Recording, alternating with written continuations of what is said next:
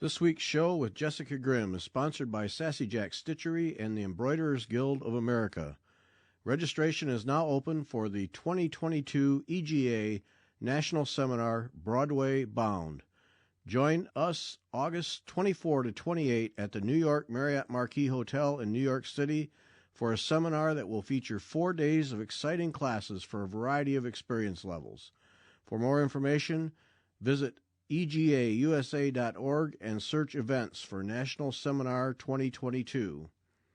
Also, the application deadline for the Marjorie Jones Scholarship, which provides funds for a crewel embroidery class at either an EGA national or regional seminar, has been extended to May 1, 2022. This is your opportunity to discover the joy of crewel embroidery or to enhance your skills in this timeless technique. Scholarship provides registration, non-refundable fee, and kit fee up to a total of $500 for a 2-day or 4-day crewel class at a seminar. For more information, go to egausa.org. Our second sponsor this week is Sassy Jack Stitchery, home of sassafras samplers, and in 2022, celebrating 5 years as your needlework supplies home. Be sure to visit Sassy Jack's website and get your kit for The Sun Always Shines at Sassy Jack's, a special design by Lindy Stitches to celebrate Sassy Jack's 5th anniversary. Also, check in regularly so you don't miss any of the monthly releases of new sassafras samplers. As we await the opening of the new Sassy Jack store in a couple of months, visit sassyjackstitchery.com for all of your needlework needs and to sign up for several live classes and workshops that will be offered in the coming months. Thanks to Sassy Jacks and the EGA for sponsoring the show. And now on to our conversation with Jessica Grimm.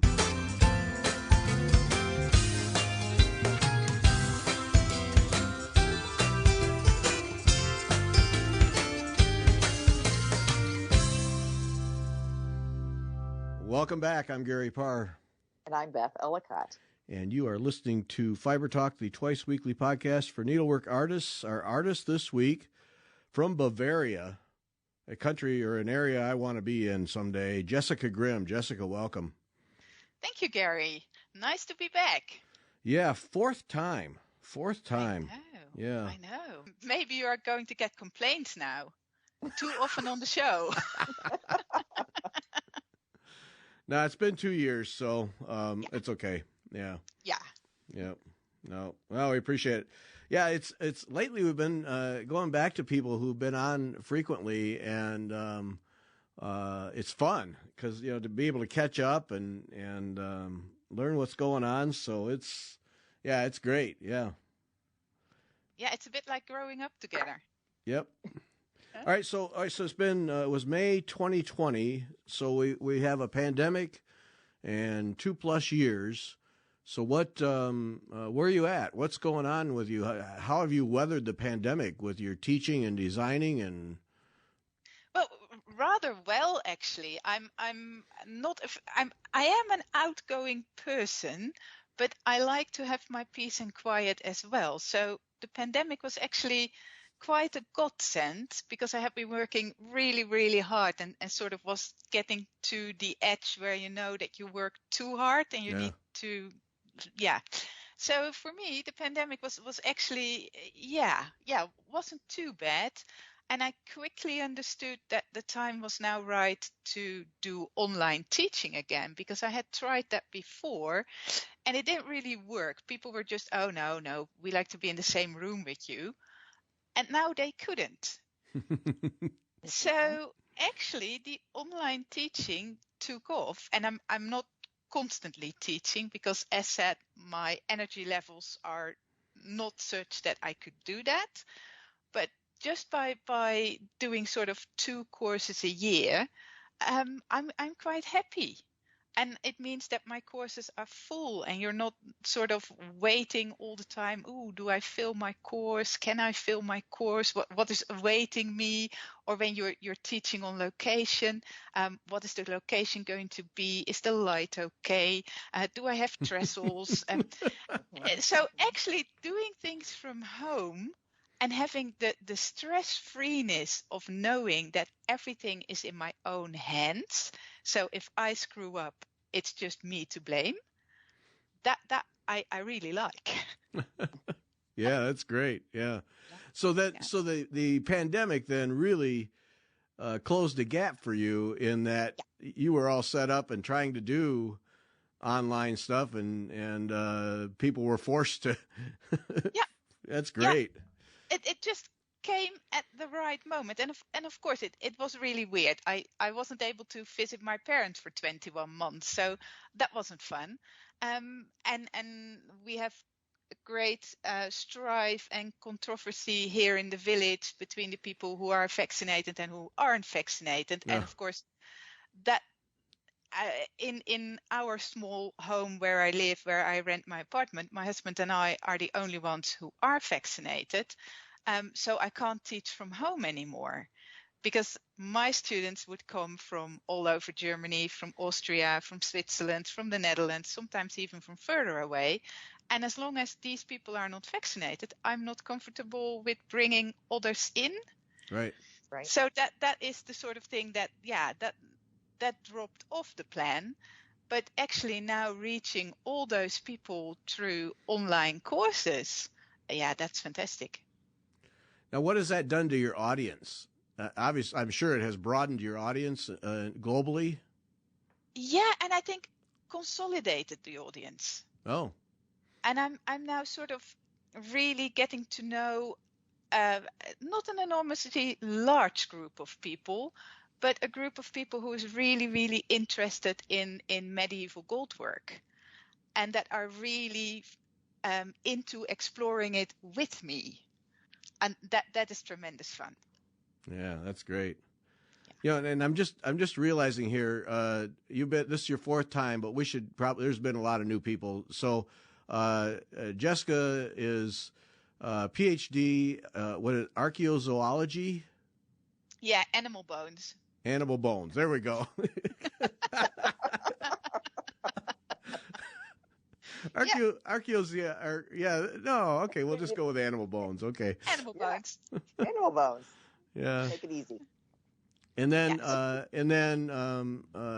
teaching medieval gold work is where your mind is at these days, but a tremendous amount of research at museums and books and all kinds of things. And I'll just say, if you're not subscribed to Jessica and getting her regular notifications of blog posts, you are absolutely missing out. It's every time one shows up, it's an absolute treat. So there'll be links with the show notes, but you definitely want to get her blog post notifications so you can keep up, because you'll learn a lot. It's one of my favorite things. Yep. So. Oh, thank you. Yeah. Yeah, writing a blog, because it's not so much social media, because I don't do social media. So you never quite know what happens to your blog posts. You send them out on Monday morning and you hope that they are going to be read. You have no real way of tracking. But I love to write, and I just love to share what I have found out. Not so much my knowledge, that sounds a bit grand. It is more sort of what I have read and where I make links and I see things. Because quite a lot of the official literature is behind quite high paywalls, like Yistor and all the other things. And I can't afford that as a researcher. And I'm always thinking, yeah, but embroiderers can even afford it less. And there's just so much out there in information, and it just makes you a better embroiderer looking at the old stuff, I think. Yeah.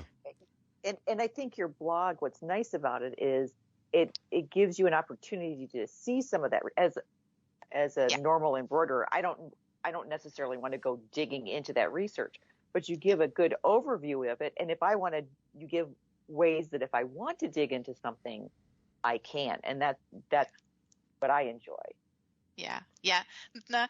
And because I have the advantage of being able to read the German and the Dutch literature, the French, not terribly fond of it, but I will do it, and the Italian, and lately even the Scandinavian ones. Yeah, there's just so much information out there that is hard to open up for English speakers, I think. And that's the other thing that's nice, is because then you point us to places, well, you can translate this into English if you want to, Yeah. or this is, just watch the video. It's beautiful. So Yeah. whatever works for you. The last video with that mitre and all the gemstones and the pearls and the stumpwork embroidery, that was just a cracker. Amazing. I loved it. It was beautiful. Beautiful. Yep. Yeah. Terrific. Okay, so just to wrap up what you're doing, so a class coming up, or what's your schedule look like so people can participate if they want to? Well, I'm going to do a class in June at the Alpine Experience. Mm-hmm. So there's still free spaces, so do Google them or go to my website and find how you can participate. And then I'm trying to do a class at the Open Air Museum here in the area. And that one is more sort of geared towards German stitches, as it is, because I'm now doing so much in English, it is actually hard to reach the German stitches. And something people do not really realize is that in Germany, especially sort of middle-aged people, are not digitally literate, so they don't do the online stuff. So I needed to do an in-person class again, and so I'm going to try that one. But if English speakers want to join, that is fine. And then sort of in the autumn, I will probably do a rerun of the medieval goldwork course again, the 10-week online course I'm doing. So people can definitely sign up for the waiting list, because there's a waiting list for that one. That 10-week goldwork course looks, I mean, I always said I don't like doing goldwork, but it looks so intriguing because you're teaching history along with it. It's not just we're doing these stitches, you're learning the history. Yeah, it is very much so that you, when you've done the 10 weeks, you completely understand why things changed over a period of about 500-600 years. So the academic part of the course is as meaty as the actual stitching. All right, now this one is me making the mistake of asking a question to which I do not know the answer. Your medieval embroidery study group, tell us about that. Oh, yeah. Well, that came out of me teaching the goldwork course, the medieval goldwork course, because students were saying it's just a shame to no longer see each other after the 10 weeks are over. And I said, okay, I'm going to set something up. They wanted to go to Facebook and do a Facebook group, but I really don't do social media. So that's not happening. But we sort of meet up once a month on Zoom. And what I do use is Padlet, so that we can all post to a central pin board in essence. And we keep in contact and point each other to interesting articles on the internet, or a picture you have found, or me going into museums and then coming back to the group and showing pictures and discussing pictures with each other, because normally it is just me working alone. And I do sort of have several sidekicks. I have my husband, who started out as an art historian. Then I met up with another art historian, Stefan, who is really good. He once wrote a paper on Dutch medieval goldwork embroidery. Then he went off to do his doctorate. And now that he has his doctorate, his PhD, he is free to do embroidery again. So I'm looking forward to that. And so I do meet up with other people that are interested in medieval embroidery and the study of it. But having this study group has been so beneficial. Yeah. Sounds neat. All right. Is this something that people can generally participate in by invitation? How do we do this? No, it really is only for the people who have gone through the medieval goldwork embroidery course. Sometimes I will invite people. The thing is, I really want to make sure that we are all at sort of the same level, so that you don't end up each time you meet on Zoom start from Yeah. Adam and Eve and then move on. Uh, because then it is not so beneficial for me. I would end up teaching, which the medieval study group really isn't. I might sometimes be teaching, but I really love it when one of my students says, wait a minute, I have something to tell and I have seen something and can I explain to everybody? Because that's a treat for me. Yeah. Right.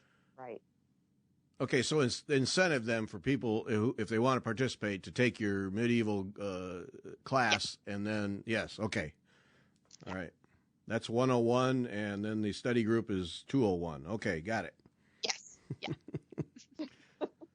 Yeah. It's neat that you're doing that. Yeah, and I can imagine from your perspective that it is a real plus to be able to communicate on a prescribed level and share with people, and Yeah, because one of the things I hadn't realized, but I have gone through the Royal School of Needlework training, and that makes you kind of blind.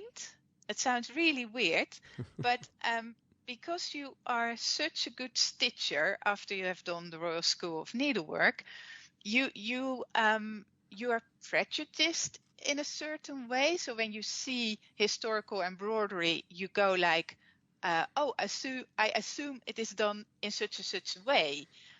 And then you have people who look at things with fresh eyes and have a completely different background, and they actually prove you wrong. And that is brilliant. I love it. Because that is the only way to learn. Yeah. I love that Royal School dynamic, because we did that show here just a 3 weeks ago with Ilka Cochran. And it's such a multifaceted dynamic for people who have been through it, in terms of, we've talked to so many people who have been through the courses or done the certificates or the diplomas or whatever it is.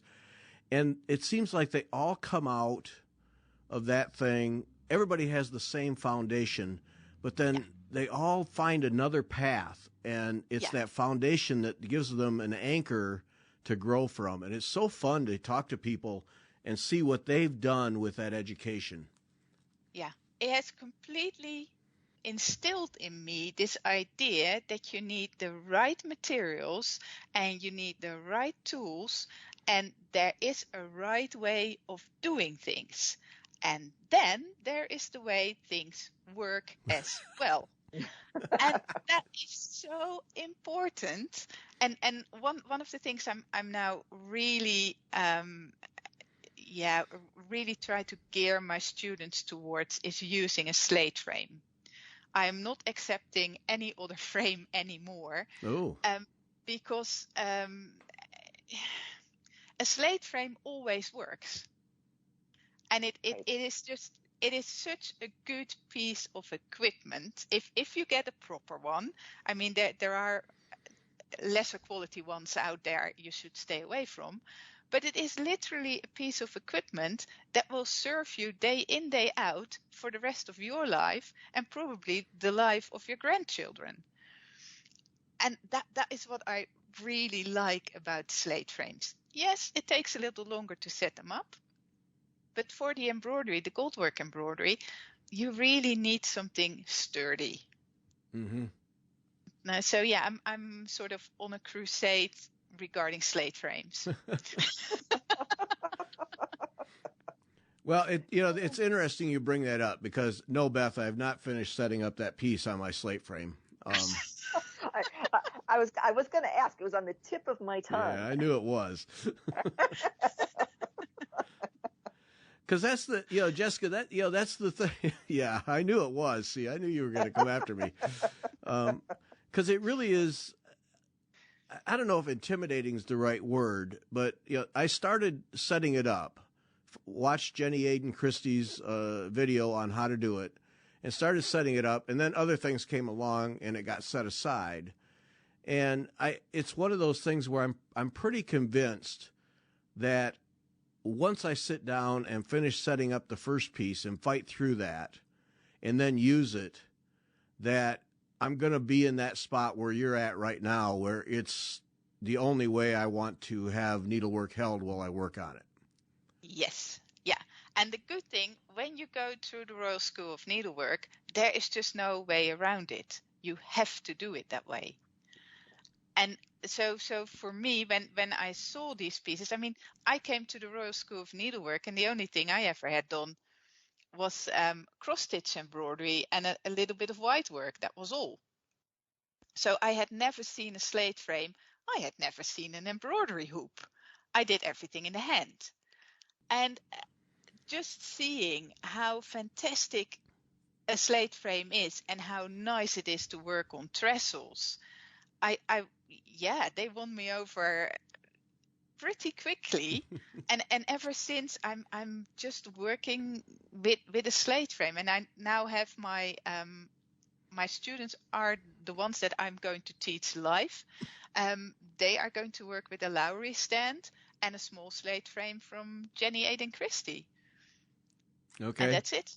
Yeah. Oh, good. I went to the right source then. Yay. Yeah, definitely. Yeah. Her family makes really, really beautiful slate frames. Mm-mm. Oh, see, I didn't buy mine from hers, but I went to her for instructions, so maybe I need to own one of hers. I don't know. Well, all right. Go ahead. There are a few other good ones. Okay. Yeah, but I'm sure hers is the cream of the crop. Yeah. So, all right. So take me through that, because now, see, we'll get to the museum stuff in a minute. But now you see, you got me going. Okay. Got him sidetracked. Yeah. So I have a little 16, 18 inch slate frame. Okay, a standard Access Commodity slate frame, and it'll probably be fine. It's well, you can tell it's well cut and everything like that, so it'll be okay. But now tell me about these trestles, because what I was going to do is set up the slate frame and then just put it in my stand that I use when I use stretcher bars for needlepoint or whatever it is. But when I see the trestles, they're the piece is held flat, horizontal to the floor, or parallel to the floor, and it looks to me like it's something where you're always kind of reaching up and over to work on your piece. Yes. Yeah, I mean, it is slightly tilted. I mean, you can have it completely flat, and then you can just tilt it as much or as little as you want to, and you can have it slightly closer to your face or slightly further away. But I like that for really big pieces. So for I'm not sure, I think my slate frames are 28 inch. Yeah, that's the standard one, I think. It's 62 centimeters. And they are definitely too big to have in one of those other stands, a Lowry stand or whatever you want to do, because they are just too heavy. Yeah. So you need your trestles. Okay. So for me now, using the Lowry stand is purely because I couldn't have 10 pairs of trestles in my apartment, whereas I can store 10 pairs of Lowry stands in my apartment. And it's just something, most people don't want the whole trestle thing in their homes, because European homes are slightly smaller than American ones. And having a Lowry stand is just more practical. So learning my students to use a Lowry stand with a smaller slate frame is actually might sweeten the deal for them a bit. Mm-hmm. Yeah. Right. So yeah, it's perfectly fine for you to use your slate frame on a Lowry stand type thing. Okay. Because I'm going to do it, I want to be right in doing it right here. So. Yeah, and because you have a smaller slate frame, if you wanted to use it with trestles, you need to widen it. Okay. Because otherwise your chair wouldn't fit in between the two trestles. Does that make sense? Oh, so that's part of it too, is you actually scoot your chair under the thing. Oh, okay. Yeah. Okay. Oh, I didn't know that. Yeah. No, so you actually sit between them.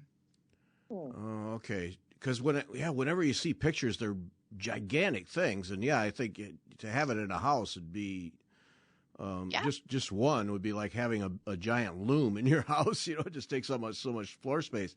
So that's okay. So that's the deal. So that's how you get close enough, is you scoot up right up under it. Yeah, Okay. yeah, yeah.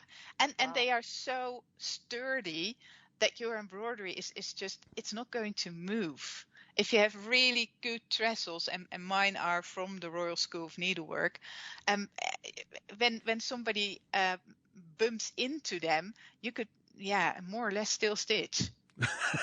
Whereas you only need a very soft bump into your Lowry stand and everything just moves. Right. So yeah, I love them. Yeah. Okay. I gotta put this thing together. I gotta get over this hump. It's just Yeah. it's one of those things where I sat down, I spent an afternoon, and I got to the part where I was gonna stitch it to the webbing, Yeah.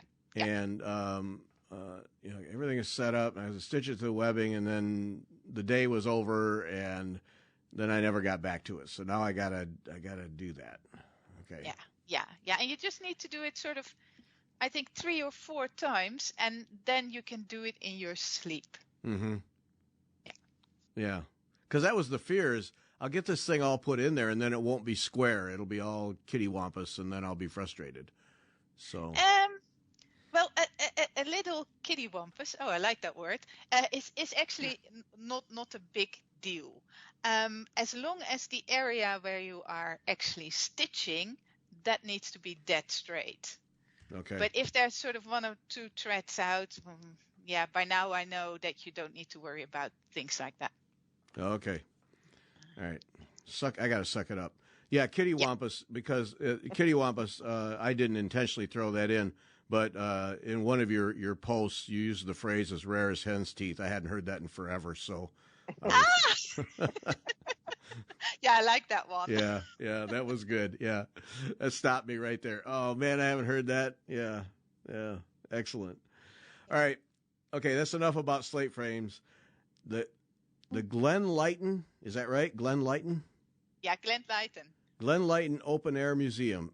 Tell us the story about what you're doing there, how you're teaching, because it just sounds like a fascinating place. Yeah, well, it is actually a place I'm originally from the Netherlands, but the place that I'm living at now in a small village in the Bavarian Alps is actually the place I went on holiday to with my parents all those years ago, and we went every year. And the museum is very close to here. It's about half an hour by car.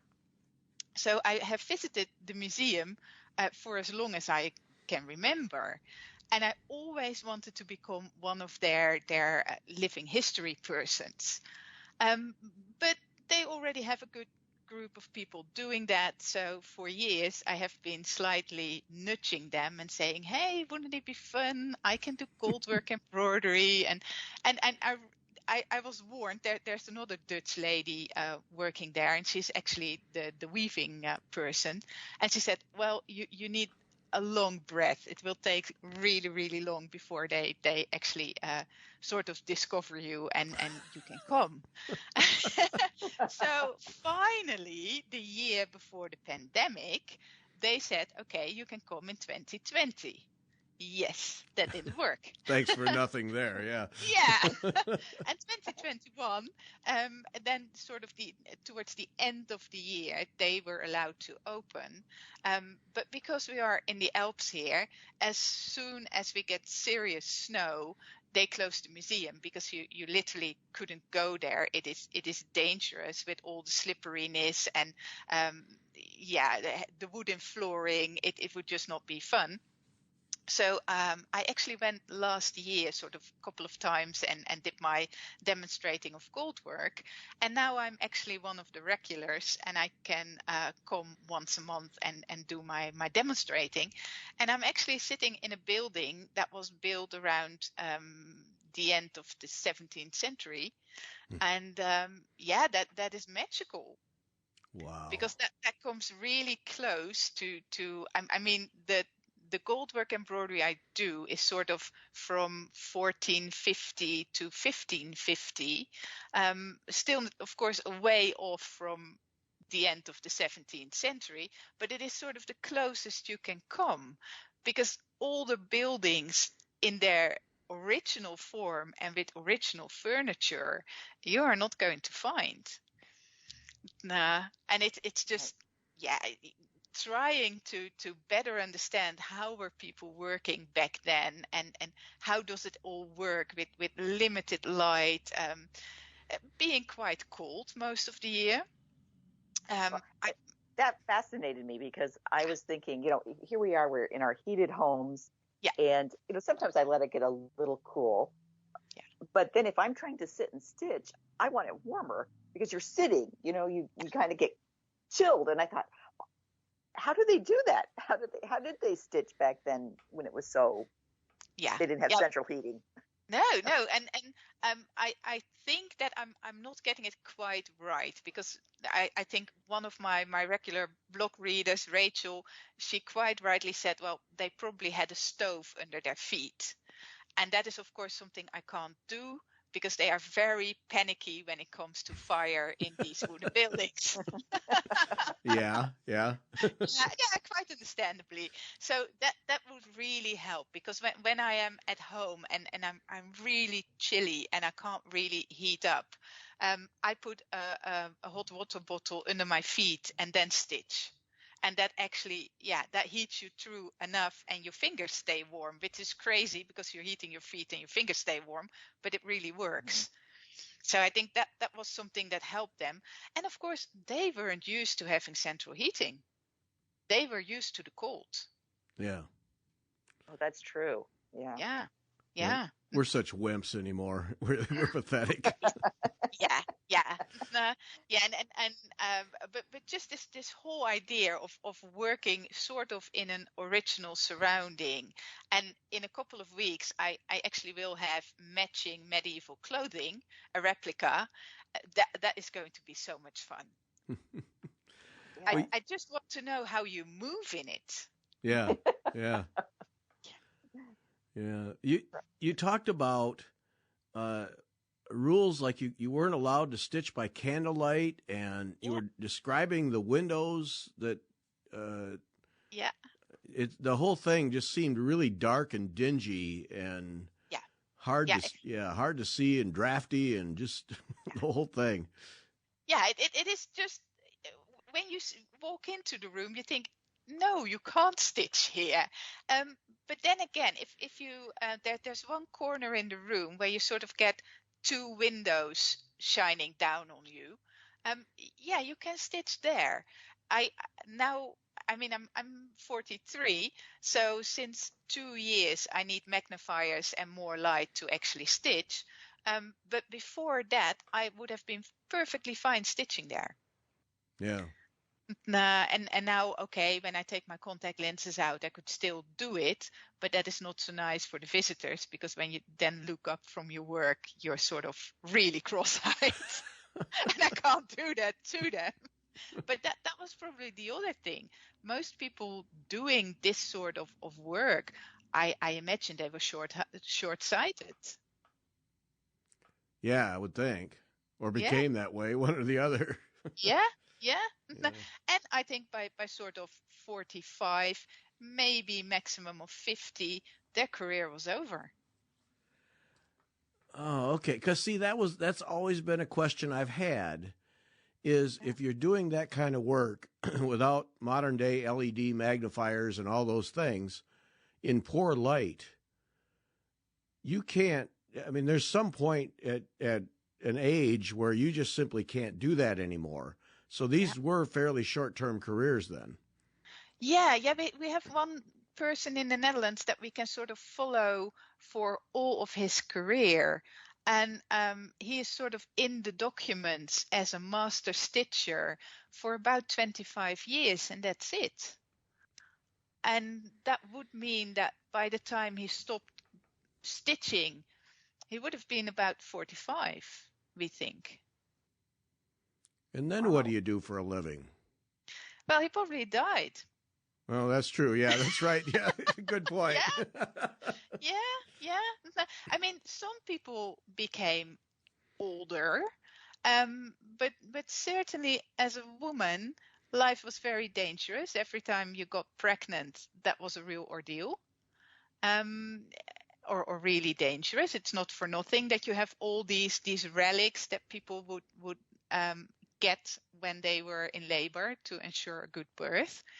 And even as a man, okay, yeah, you had better chances, but then again, you were the one laboring harder. Yeah. And your body would Right. just wear out. So yeah. Some people definitely still got into their 70s and into their 80s, but I think quite a few people, yeah, sort of 45, 50. Oh man. Yeah, Yeah. yeah. We don't think about that now, but yeah, No, that's true. no. So the whole idea of how many pairs of glasses would they have needed? Well, none, because the problem had solved itself. And as said, I think being short-sighted myself and knowing that I can still stitch without my contact lenses, but I would just be severely hunched over my work. That sort of reminds me of those little pictures you sometimes see in the marginalia of illuminated manuscripts, where you see monks and other scribes hunched over their work. And I'm sort of thinking, yeah, I know what your problem is.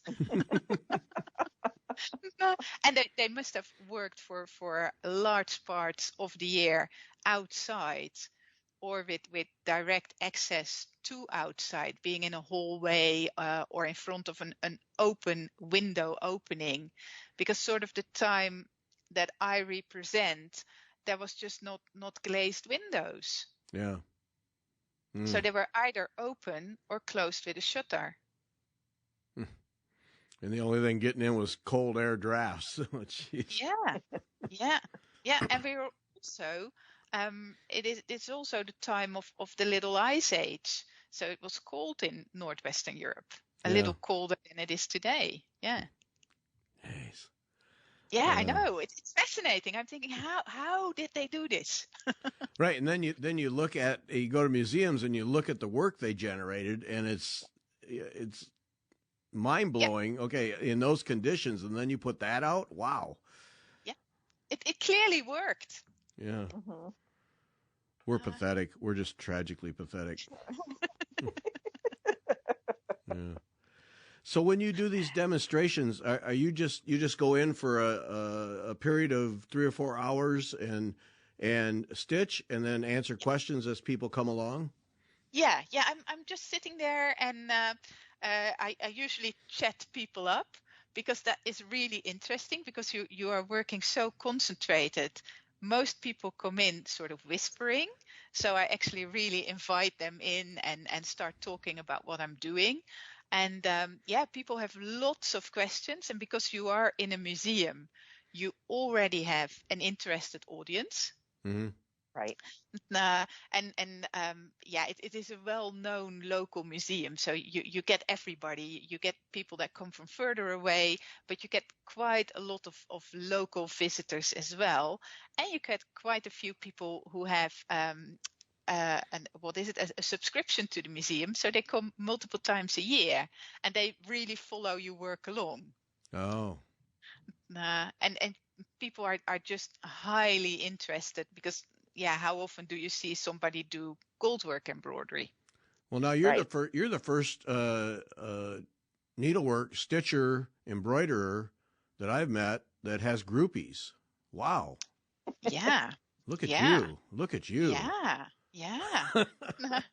Yeah. And it is so interesting, because mostly men come in and they go, that's women's work. And then you explain to them, no. Back then, it really was men's work. And they are usually very interested in what I'm doing anyway, because you sit with your slate frame and your trestles, and it all looks very professional, and it looks mechanic. So it makes a click with men. Yeah. And then you have the women coming in, and there we go again with prejudice. They stand 20 feet away and say, oh, you're doing needlepoint, or oh, you're doing petit point.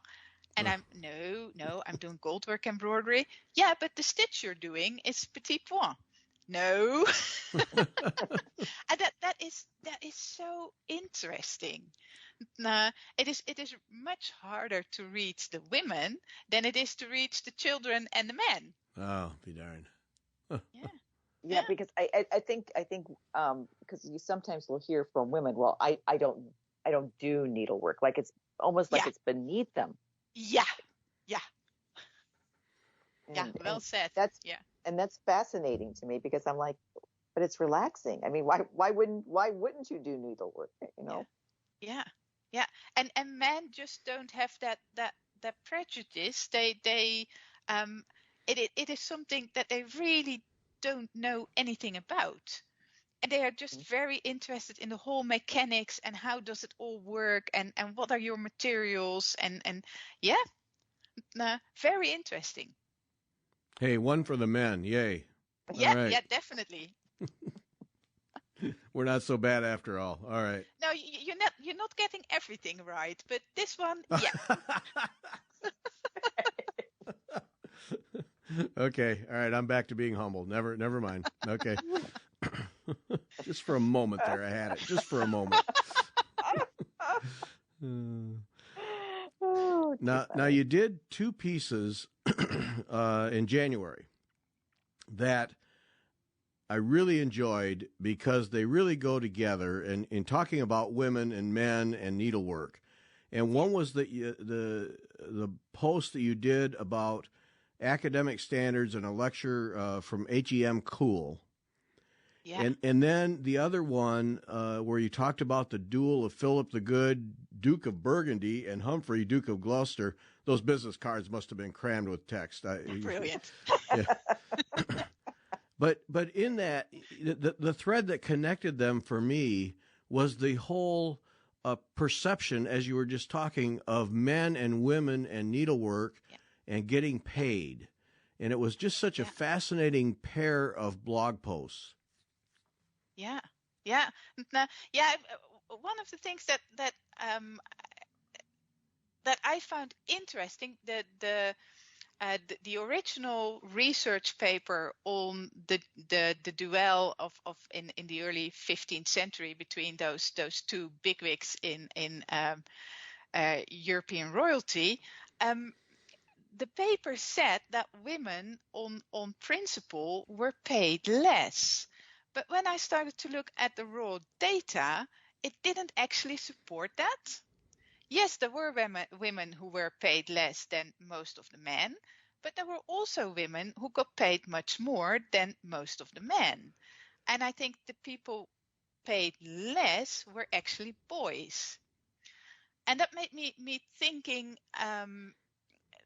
how did this all work? Because you have those lists and they don't really tell an awful lot of detail. So we have no idea what these people were actually stitching. We know what the end product was, but we don't know who did what. Yeah. And that makes it very difficult to say, okay, based on your gender, you got paid less. It looks to me that it was based on what you actually did, you got paid less. Yeah. And then, of course, the people that were still learning, because that is actually noted in there. There's a word sort of a learning boy. They got paid less. But that is completely logical. Right. Because you climb up the career ladder and you don't start out as a master. But for actually I think there of one of the females in there, it really states that she is a master and she gets paid the same as the boys. So, yeah. I should have set this up better. So this duel between Philip and Humphrey, these two egotistical dukes got mad over a woman. It's so fascinating to me. They got mad over a woman, so then they challenged each other to a fight to the death over a woman. But then they can't just have the fight. They got, 175 embroiderers and artists and all came in to they made tents and holy smokes, it was crazy. Yeah, and then the best thing is the fight never took place. I know. Because they talked it over. I know. I'm reading this, and you're talking about the tents and the things they embroidered for the horses and everything. And I'm reading because I want to know who lived. And then they didn't even fight. Yeah. Sorry, they didn't fight. No, no. No. Yeah, and you're just thinking, for years these pieces were still on display, and then they are just lost in history, and you're thinking, oh, all the money and the time that went into that, and nothing is left to us Yeah. apart from the crazy story. Yeah. Uh-huh. Yeah. Yeah. So Yeah. What a sad. waste. It's so sad. Yeah. Yeah. But this Uh-huh. is the only Yeah. time that you've seen any kind of a ledger that indicates what embroiderers were paid to do this kind of work. I think it's the most extensive one. Okay. There are others. There are more sort of work contracts where you can see what people get paid. But this was the only one so far that I know of that has women on it. Oh. Most of the contracts that I'm particularly familiar with are the ones from the Netherlands. And sorry, that's all men. Interesting. So what about the one? Isn't there one with the Fields of Gold too? With Henry and who was he fighting? They weren't fighting. They were, Louis of France. Yeah. Yeah. And that's another interesting one that, again, you kind of wonder, they brought all these people together to do all this sewing, and who were they? That's what I want to know. Who were the people that did the work? Yeah. Yeah, and I must say, I'm normally not really looking into what's going on in England. I'm more sort of continental, Right. as England is quite well studied already, and I'm more sort of looking at the other things. But yeah, that it's well possible that there is documentation on the cloth of the Field of the Cloth of Gold. Yeah. But again, how many of those pieces are lost, and they're just all gone. Just, it would be beautiful, wonderful to see that work. What did they do? What did it actually look like? Yeah. What is that like? England is well studied. Yeah, there's no question about that. Documented and everything else. What is that like on the mainland? You from what I read, you go to a lot of museums, big and small. Are you seeking these out? Are you seeing stuff that's just on display, or things that are in archives and stored away and probably haven't been out for decades? What? How are you going about that?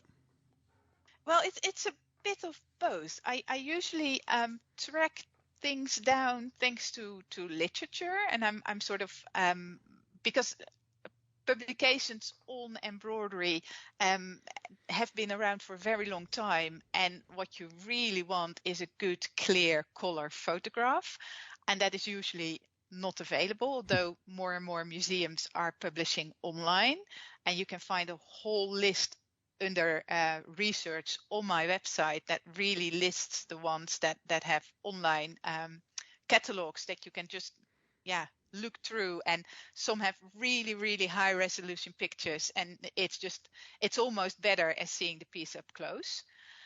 So most of my stuff I really track down through all the publications, and then it's sometimes I just visit the exhibition in a museum, because that is always the easiest one.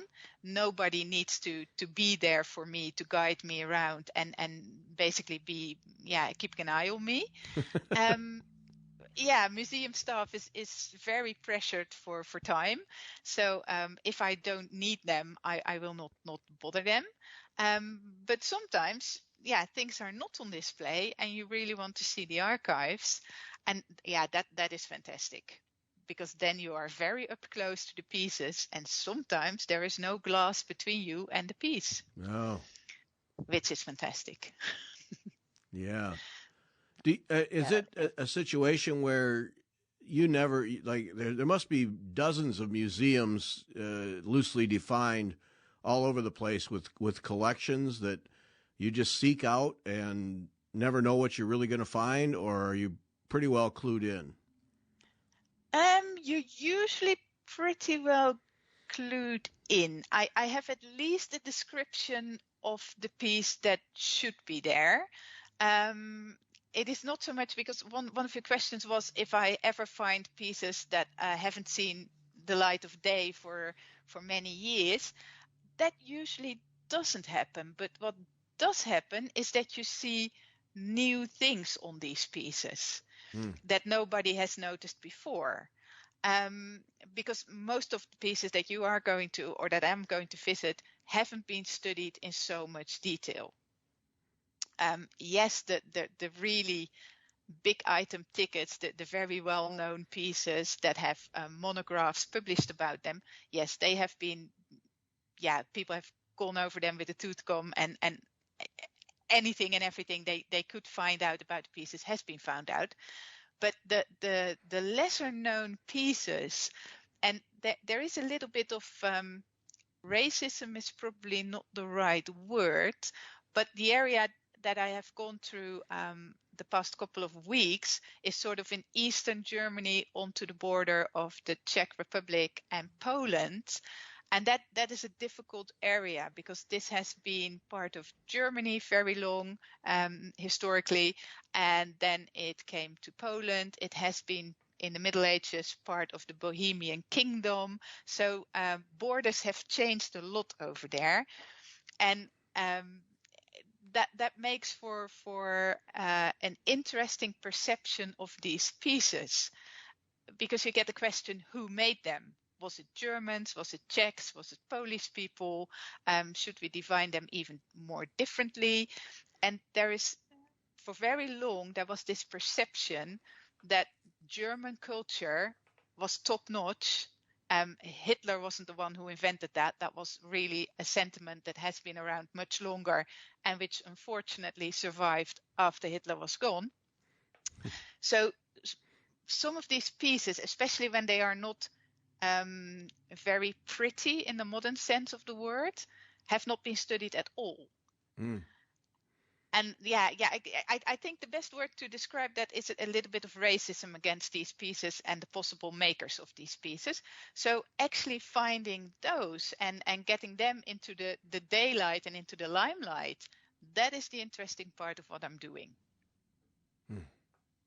See, that to me, that's just great fun. That's, like these little treasures that. And some are really not pretty in the modern sense, but still somebody worked on them, or possibly more than one person, for many hours, and they have survived 500-600 years. So there is value in these pieces. Yeah. Right. And just the historical value of them, along, just learning how they were made, who made them, and I think it's fascinating that you do all this research on it. It's not just one person who made these pieces, and people probably did specialize. You could see that one piece where you discussed the faces. It would be very difficult to do a face, and so I'm sure once you got good at that was what you did. Yeah, definitely. Because what one of the things we discovered again when I was at the museum in Görlitz a couple of weeks ago was that they have an exact copy of a chasuble that is also in the north of Italy, and it really is spot on the same embroidery motifs, and even to a large extent stitched in exactly the same way. So you have this whole mass production of goldwork embroidery, and it really is mass production. It sounds weird to say that of goldwork embroidery, but these things could really be sort of compartmentalized, and everybody got a piece.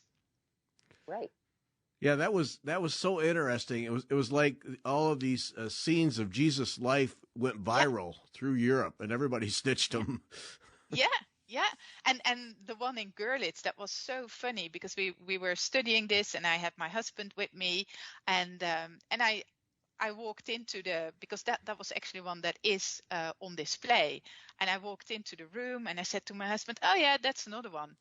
And my husband went, no, that is not one of the series with the Vision of Saint Bridget. And I said, yes, it is.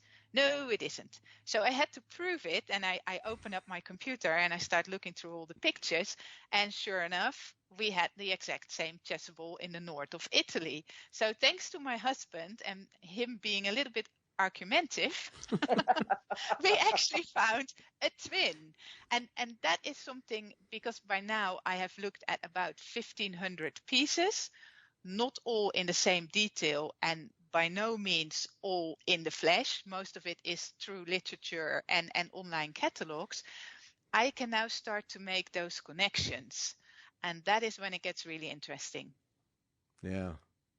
Because now we have to find out, why is there a chasuble in the north of Italy with the same scenes and more or less the same stitching as there is in the east of Germany? What is the connection? Right. And that's fascinating. Yeah, and see, that's the other part that we in the States, I don't think appreciate or realize, unless you're a real history buff, is through the history in Europe, all the changes of borders and kingdoms, and people try to, I'm Czechoslovakian and I try to stick to that and protect that, but there are just so many changes that have happened that all those influences get mixed together, and it's got to be a real fun challenge to kind of sort things out as best you can. Yeah, and I mean, definitive answers? No, probably not. But you get these glimpses of what could have happened, because that is one of the things that some of my students do not realize when they sign up for the course, although you try to sort of warn them. But a lot of what I'm telling and teaching them is very much still in flux. It might change. And often during the course, I plainly have to say, yeah, that was wrong. I now have a better insight, or I have found something else, and it can't be, what I said before can't be true. We have to change it. And I really like that. I can perfectly live with this type of uncertainty and with things being on the move, being evolving. And for some people that is really scary, because they are used to going to class and there's somebody there that's smarter than them, and that person is going to tell how it is. But others really thrive because they know that whatever they see may be trivial is actually, I take it for value. I'm not going to say, well, actually you're not an academic, so what you're seeing is not valid. No, we really work together. Yeah. I love how you started out your career as an archaeologist, and effectively you're still an archaeologist. I'm back. Yeah. No, and I must say that was one of the things I took stock with the pandemic. What do I really want? I love to do the art, and I'm still doing that. But the thing that was missing from my everyday life was the research. Mm-hmm. And I still did it a little bit because the whole looking into the medieval goldwork embroidery started, I think, in 2015, so long time ago. But during the pandemic, I thought, I need to stop just hoarding enough material and then put it out at some point, because that is the thing. Being an academic, you just know that by reading one or two books and then making a course, you can't do that. You have your academic standards, and you need to be able to completely back it up and adhere to the standards and the tools and the methods you have learned during your academic study. So I was constantly sort of going a couple of years, no, I need to look at a few more. I need to look at a few more. I need to back this up. It needs to be statistically valid. And that is still going on. Although I now have 1,500 pieces in my database, I'm still sort of going, but actually I don't know. But I should look into.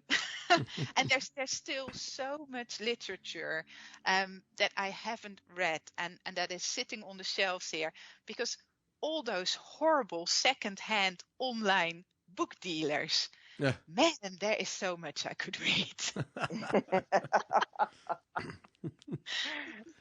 and And by now I have a whole library of books from Poland, from the Czech Republic, loads of German books.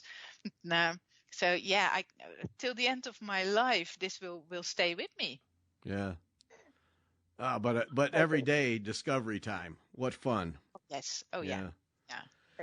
And for us as hobbyists, it's nice that when you publish things on your blog or you share your knowledge through your class, because then we can get a glimpse of it, and it's no longer just in your head. You're sharing it with us, and that's what I love, because I'm not a researcher. I'm not that type of researcher, but I love reading about it and I love hearing about it because I like the stories. Yeah. Now you've got me fascinated about those chessboards, and I could think, okay, so who owned them? How come they're two? What's the connection between the two? What's the story behind it? Now you've got me like, okay, you got to find that out so I know the end. Well, I can tell you what I think the link is. At some point when these chessboards were made, sort of the end of the 15th. It's the end of the 15th? Yeah, the end of the 15th century and the start of the 16th century.